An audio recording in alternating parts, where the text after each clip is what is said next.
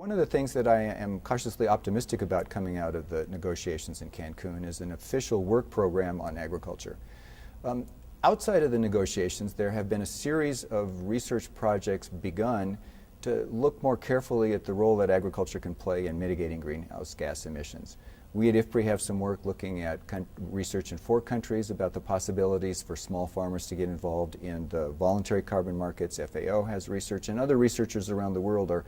looking more carefully at both the technical challenges and the institutional challenges that would make it possible for agriculture to play a more important and official role in mitigating greenhouse gas emissions. So this official work program that we hopefully will be approved in Cancun will then essentially put the stamp of approval on going forward with many more of these experiments,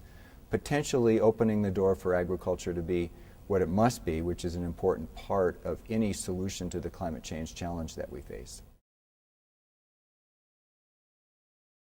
Much of the literature about climate change and its effects on agriculture have been very aggregated, as in, let's look at the consequences for sub-Saharan Africa as a whole or South Asia as a whole. And if you're a policymaker in Tanzania or in Uganda,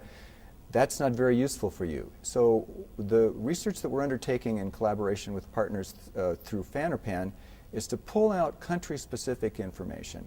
about countries in Southern Africa that takes account of the research that we've done at IFPRI, which we've hitherto reported global or regional aggregation, but now we'll pull out the country-specific numbers. Sometimes they're going to be messy, and sometimes they're not going to be very precise, but I think it'll be the first time that we'll have information available to policymakers about what could potentially happen in their country. I think that'll be very powerful in terms of moving the dialogue forward, not only about what to do about climate change, but also what kind of research questions need to be answered for particular countries as they look forward to figuring out how to deal with climate change.